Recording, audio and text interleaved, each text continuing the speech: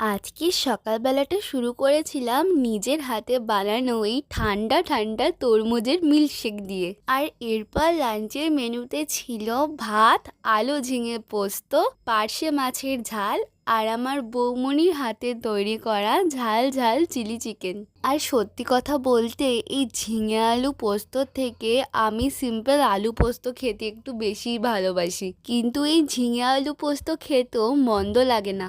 আর এরপরে ছিল আমার প্রিয় পার্শে মাছের ঝাল। আর এই পার্শে মাছ খেতে আমি এতটাই ভালোবাসি যে সেটা সর্ষে দিয়ে হোক কিংবা সিম্পল ঝোল, আমার দুটো খেতেই দুর্দান্ত লাগে। আর সব শেষে ছিল আমার বৌমুড়ির হাতে তৈরি করা চিলি চিকেন। আর যখন কোনো নিজের ফেভারিট খাওয়ার নিজেরই কোনো ফেভারিট মানুষই রান্না করে, তখন তার স্বাদ মনে আরো দুগুণ বেড়ে যায়। আর তেমনই হয়েছে আজকে চিলি চিকেনের সাথেও। আর আজকের লাঞ্চটা এভাবেই শেষ করলাম। দেখা হচ্ছে নেক্সট শর্টসে। টাটা।